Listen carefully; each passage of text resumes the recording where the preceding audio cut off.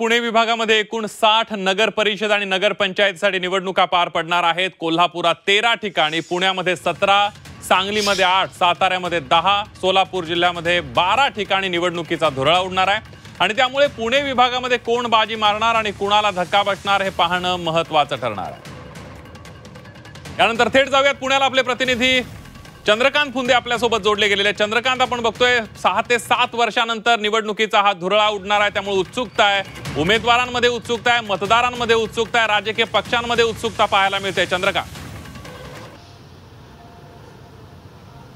हो, अगदी बरोबर आहे। मी खरं तर याच्यात प्रतिष्ठा कोणाची, यावेळेस मी राजकीय गणित अशी बदलून गेलीत ना राज्यातली, म्हणजे अजित पवार भाजप सोबत गेलेत, म्हणजे ज्या पारंपरिक लढत होत्या, मग इकडे पश्चिम महाराष्ट्र विचार केला तिथं भाजप विरुद्ध म्हणजे भाजप पहिली ताकद कमी होती आणि काँग्रेस विरुद्ध राष्ट्रवादी अशा सगळ्या लढती व्हायच्या।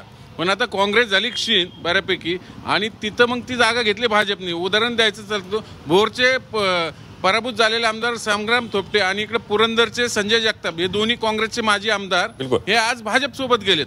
तिथं त्यांना लढायचंय, पुरंदर मध्ये लढायचंय एकनाथ शिंदेचे शिवसेनेचे विजय शिवतारे यांच्याशी। म्हणजे जेजुरी आणि पुरंदर हे 2 नगर परिषद आज संजय जगतापांच्या ताब्यात आहेत। तिथं शिवतारे त्यांच्या विरोधात आव्हान उभं करतात, ते महायुतीचेच घटक आहेत।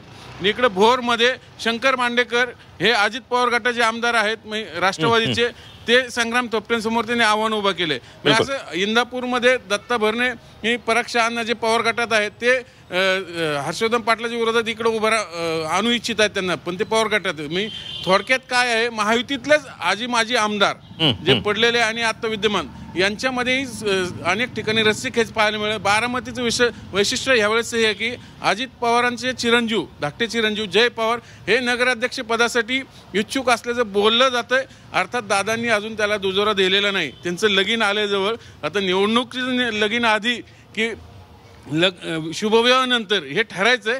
म्हणजे थोडक्यात पवार घराण्यात आणखीन एक पुढच्या पिढीतले एक वारसदार इलेक्शन मध्ये उतरताना दिसतोय, हे सगळ्यात महत्वाचं। अगदी चंद्रकांत, साताऱ्याला दोन्ही राजे नेहमी पारंपरिक सगळ्यात मोठी नगरपालिका, तिथं उदयनराजे आणि शिवनराजे हे एकमेकाच्या विरोधात पॅनल टाकतात हे बघायचं। अगदी चंद्रकांत, धन्यवाद दिलेल्या सविस्तर माहितीबद्दल।